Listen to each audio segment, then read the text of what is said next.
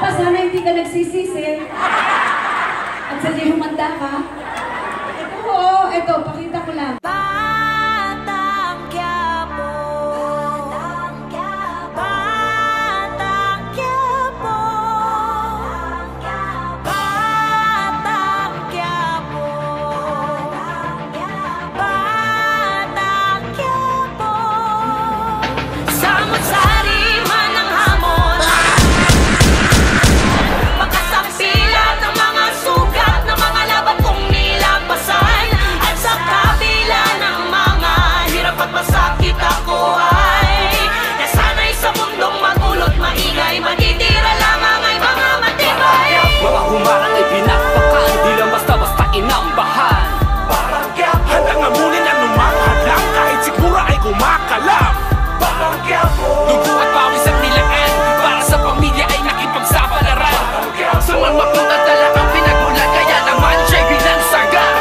hinugid na pinagdaanan to mula pagkabata. Hirap ng buhay ay kasama na sa aking kabanata. Pero kahit ganon nanalig ako at namanata. Kaya sa mga panganib di ako napapahala. Kahit lumaki piniginitan lagi ng aking ama na madalas pinapanigan pangan ng aking ina. Ngunit ganun pa man, di pa di nagbago ang pangarap na makaipon at baiaho ng pamilya ko sa hirap. Dahil alam kong magbabago pa ang guhit ng palad sa aking paglakad sa gubat na patag at madilim. Kaya hindi papayag, madurog, madarag, mahulog, mabasag, kapilit, kakapit kahit sa patalim. Masira matibay pa rin ang labanan sa lugar na walang bilang ang mga duwag at talunan. Dapat kay kamatayan ay handa ka makipagkabulan.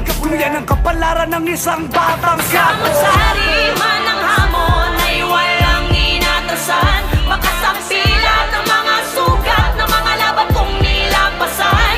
At sa kabila ng mga hirap at masakit, ako ay nasanay sa mundong magulot maingay. Matitira lamang ay mga matibay.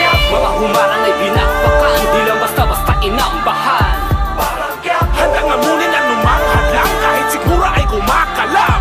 Parang Quiapo, Dugo at pawis at nilaan, para sa pamilya ay nakipagsapalaran. Parang Quiapo, Sumangmakot at talagang pinagmulan, kaya naman siya'y binansaga. Parang Quiapo. Pero sa totoo lang ho, hindi ko po iniintindi yung speech nila dahil alam ko pagkatapos nila mag-speech, lalabas yung Viva Hot Babes. Magsasayaw. Pero pasensya na ho, wala akong Viva Hot Babes ngayong gabi. So pagtsagaan niyo lang po ako. Iisa-isayin ko lang po ng mabilis. H, health, kalusugan. E, edukasyon. A, agrikultura. R, for roads and infrastructure. T, turismo at teknolohiya. S naman ho, seguridad at social services. Na ang pangunahing trabaho ng isang congressman ay magpanukala at gumawa ng mga batas. Maraming salamat po. Magandang gabi, Lipa! Kanina pa ako tingin ng tingin sa oras. Ang inaalala ko ay kayo. At sadya'y tinitignan ko, baka marami nang humihigap dyan. Sabi ko, maaga pa naman. Pwede huwag makahingi pa kahit isang oras. Total, pagkatapos ko naman, ang magsasalita naman ay walang iba kung hindi ang akin pong Vice Governor. Yung akin pong panganay na anak. Nagsalita na ho yung aking ikalawang anak, si Ryan. At ang makahuling magsalita ay yung aking bunso, si Secretary Ralph Recto. At sadya, yan ang pinakamatigas ng ulo. Yan ang pinakamaligalig. Pero mahal ko yan. Tandaan nyo, sa puso ko, siya po ang laging hari. Pero sa pamilya, ako ang alas. Mabuting sigurado na. Tama po ba? Pero magandang gabi po sa inyong lahat. Lipa, magandang gabi. Kanina nagsasalita po din si Ryan. Kanina pa ho ako ng tingin. Alam niyo ho bang memorable ito Plaza Independencia sa akin? Siguro yung mga kaedad ko rito, 35.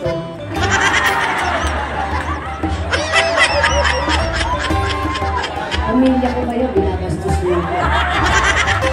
35 na, ha? Sa November birthday ko po, November 3. 35 pa rin ako. Panantigan na natin. November birthday ko sa akin, 1998. Unang-unang nagtiwala po sa akin para maging kauna-unahang babaeng mayor ng lungsod ng Lipa ay kayo ho, mga Lipeño. At dito po yun, sa Plaza Independencia po ninyo ako binigyan ng malakas na tiwala at boto. Lipeño, maraming salamat po.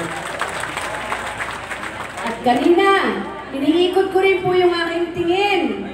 Napatingin ako dito mo sa ating sa simbahan, San Sebastian. Tama po ba? Yung mga kaedad ko din alam nyo na dyan kami kinasal. Tama po. Ni Secretary Ralph Recto. Tama po ba? Alam nyo ho ba, nung kinasal kami dyan, 1992. Ngayon ho, 2025 na. Nagsasama na ho kami ng 33 taon bilang mag-asawa. Naku, ayan pa ang picture nanay. Naku, nanay, nakikita ang edad din eh. Sister, naku, nanay, I love you. Nanay, I love you. Oh, love, ito yung kasal natin. Ito yun. Oh, Papa, sana hindi ka nagsisisi. At sadya humanda ka. Oo, ito, pakita ko lang. Nanay, I love you. Ang masasabi ko lang, siya na ang pinakaswerteng babae sa balat ng lupa. Kaya ito kayo mga taga-Lipa, alam kayo yung mga batangay, mga lahit, bikutin. Mga pikot ako, mga swerte-swerte mo. Papa, thank you, Papa. Nay! Nay, I love you. Maraming salamat po. Pwede sandali lang, ha? Nanay, pakis naman dyan. Thank you, Nanay. Okay, alam ko, medyo nainip na rin po kayo. Eto na, sa totoo lang, ito ho ang unang araw na opisyal na pong bukas para po sa kampanyahan ng ating mga kandidato. Tama po ba? At since ngayon ay bukas na ho ang ating pong opisyal na kampanyahan, alam ko sa inyong lahat, marami pong haharap at magsasabi ng kanila pong mga programa, babanggitin ang programa, lahat po kayo ay liligawan. Tama po ba o hindi? Eh sadya, baka kasama na rin ho kaming manliligaw sa inyo. Pero inisip ko kanina, nung ako'y nakaupo doon, sabi ko, dito ho ba sa Lipa? Kailangan pa ho ba kaming manligaw? Eh, pamilya na tayo. Tama ho ba?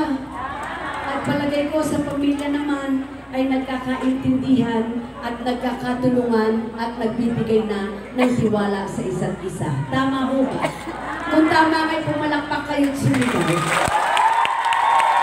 Kasi tama ako. Kaya nga po, para sa akin lang, ang gusto ko lamang po itong mga darating na araw. Alam ko po na meron din po mga lalapit sa inyo. Meron lang po sana ako isang kahilingan na gustong iparating po sa inyo. Alam kong pamilya ko kayo, alam kong mahal niyo po kami. Pero gusto ko, pagboboto kayo dahil mahal niyo kami at pinagkakatiwalaan niyo kami.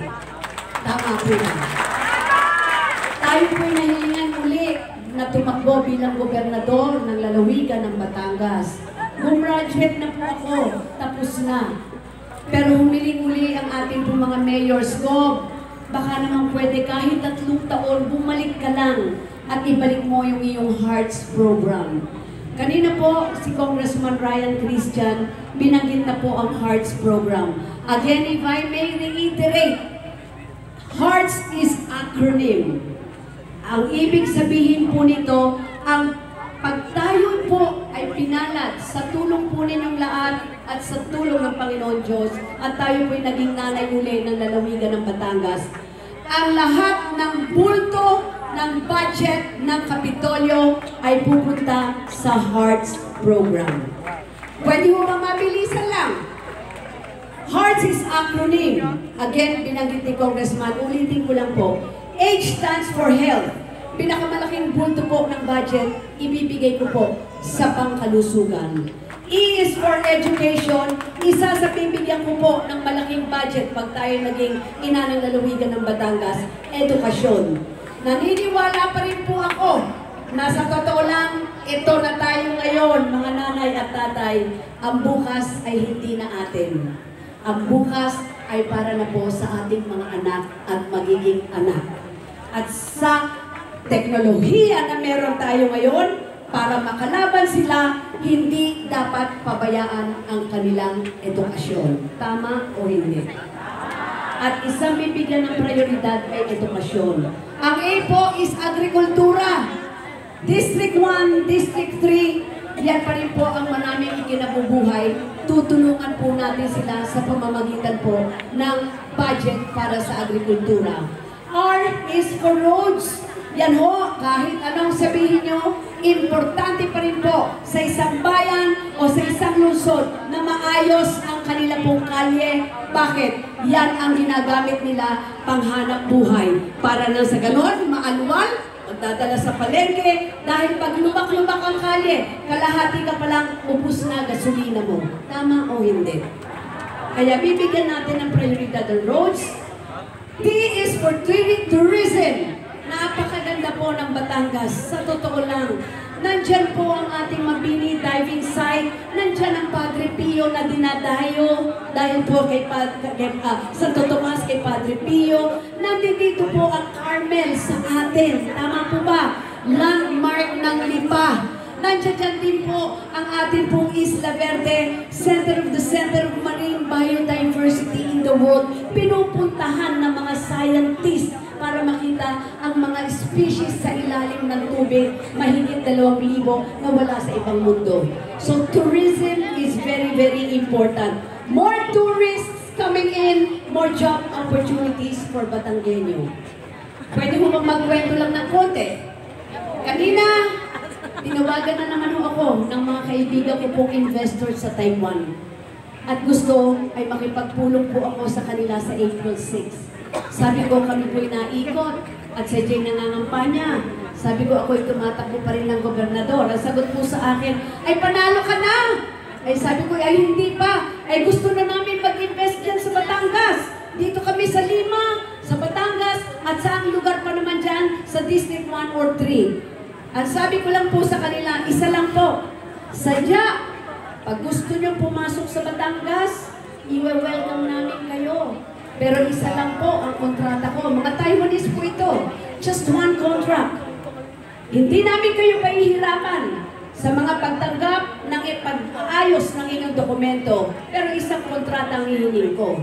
Kailangan, pag meron kayong kinuhang magtatrabaho sa inyo at itetrain ninyo, nasa Batangas kayo, unahin ninyo ang mga Batanggenyo na dapat magkaroon ng trabaho. Yan po ang ating tourism. And okay, S is for security and social services. Nanay, tatay, baliwala lahat ito, kailangan pa rin natin ang peace and order sa ating lalawigan. Tama po ba? Susuportahan natin ang ating kapulisan, pati na po ang mga tanod sa barangay, para mas masiguro natin ang katahimikan at kaligtasan ng ating po mga Batanggenyo. Kami na po ang bahalang tumulong at sumuporta sa kanila. Ang S is social services. Yan po yung mga allowances na kukuha nyo. Tama po ba? Okay ba ang mga allowances nyo? Yung totoo? May allowances ba kayo? Sa mga senior citizen nanay, gusto ba yung natatanggap yung allowance para sa inyong mga maintenance? Kulang pa. Tandaan ninyo, hindi po ako nangangako ng langit at lupa. At sadya hindi ko magagawa. Pero pag tayo po'y pinalad, sa totoo lang po, at nakita ko ang pondo ng Kapitolyo, hindi ako nangangako ng langit at lupa, pero ito kaya ko ipangako. Pag nakita ko na ang pondo ng ating pong Kapitolyo at tayo pinalad na maging governor muli ng lalawigan, sisiguraduhin ko po na ang para sa tao ay dapat mapunta sa tao.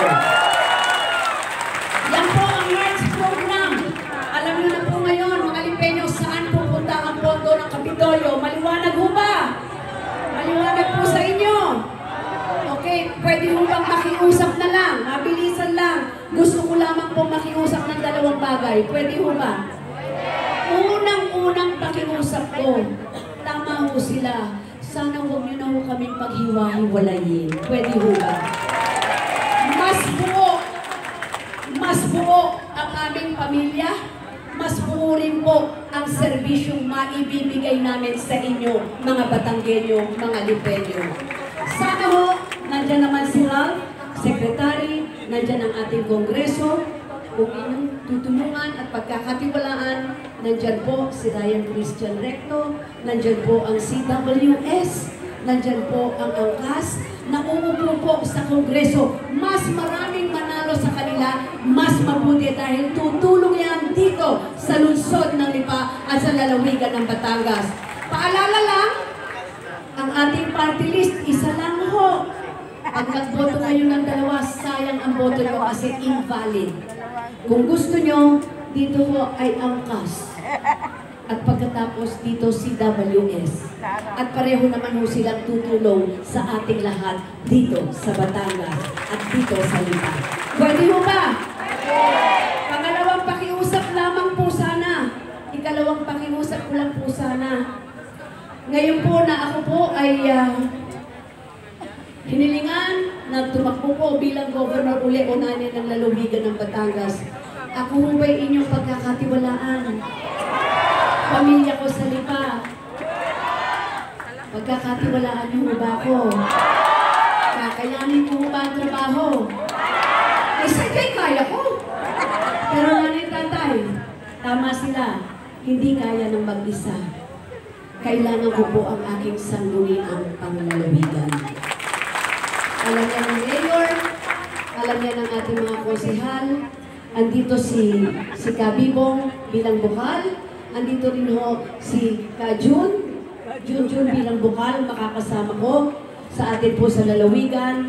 Nanay, huling pakiusap, tulungan niyo naman ho ako mapagaan ang akin pong trabaho para mas mabilis kong maibigay ang serbisyo sa Batanggenyong nangangailangan ng tulong o pangangailangan sa kanilang pong bayan o sa ating pong mga Batanggenyo. Kailangan ko po ang sangguniang panglalawigan dahil sila ang magpapasa ng budget ko para mapatupad ko po ang HEARTS program. Tama o hindi?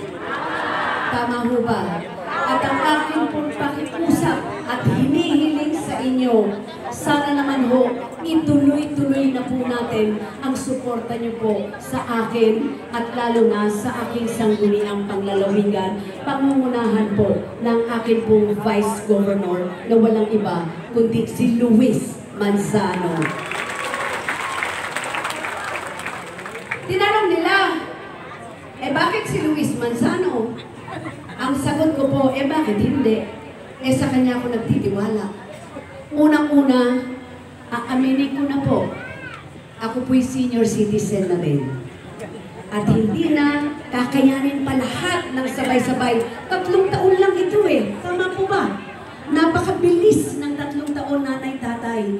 Alam ko ang wisdom ng aking programa, ang wisdom na gusto kong gawin para sa Batanggenyo, pero kailangan ko ng bagong dugo. Kailangan ko ang energy ng mas bata sa akin. Isang bata na mas may mas batang perspektibo sa buhay, sa proyekto at sa programa. Isang batang kapartner ko, mas bata na may talino at puso. At isang bata, ang pinaka-importante, magiging tulay ko para sa kabataan. At yan po ay walang iba, kundi si Vice Governor Luis Lucky Manzano. Muli na, akala niyo ba nung aking siya niyaya na maging partner ko at magsilbi bilang Vice Governor, akala niyo ba'y naging madali yun sa kanya? Hindi po. Hindi po. Siya ho ay may buhay. Siya ho ay may pamilya at siya ay may hanap buhay. Tama po ba? Napapanood niyo siya, di ba? Sa totoo lang. Kaya alam ko na yung pagpayag niya na magsilbi sa mga Batanggenyo nating nangangailangan, sadya, mayroong kapalit yan na matanggalan siya ng kanyang hanap buhay. Pero isa lang po ang sinabi ko sa aking mga anak. Isang sinabi ko kay Lucky, isa rin ang sinabi ko kay Ryan. sa sobra ng sa sobra na pong biyaya na ibinibigay ng Panginoon Diyos sa akin at sa pamilya ko. Sabi ko kay Lakit, kay Ryan, panahon na yung ibinigay ng biyaya ng Panginoon Diyos, ibalik naman natin sa mga taong nangangailangan ng tulong at suporta natin. Alam ko po yan. Nangyari sa akin yan eh. Sa totoo lang, ngayon, sa tayo ko, ako'y artista rin. Kumikita rin. Sa totoo, meron nga lang nagsabi ako'y laos na. Pero sa totoo lang, hindi ko problema yan. Siya ang may problema, hindi ako. Sa totoo lang po, ang sinabi ko lang po sa mga anak ko, naranasan ko yan. Dahil pag kayo'y nawala, hindi nyo madadala ang kayamanan nyo. Pero ang kaya mong iwan ay ang legasiya. Iiwan mo sa pamilya mo na ang mga tao ay nagtiwala sa iyo. Yan ang hindi makabayaran ng pera. Kaya, Libeños, sa inyo pong lahat, andito po sila, ang akin pong si Ryan Christian at ang akin pong Vice Governor, Luis Lucky Manzano. Sa inyo pong lahat, medyo magulo ang kapaligiran. Tama po ba o hindi? Ipagdasal natin, sana'y maging matahimik na, dahil sa bandang huli, ang tinatamaan ay hindi sila. Ang tinatamaan ay ang buhay ng bawat Pilipino kasama ang Batanggenyo. Dito sa Batangas, natutuwa po ako at nagpapasalamat sa Panginoon dahil iisa pa rin po tayong lahat na nagtutulungan basta't mayroong nangailangan. Tama o hindi? So to all our Libeños and Batanggenyos, let's continue to work as a team and let's continue to work as a family. Pwede ho ba?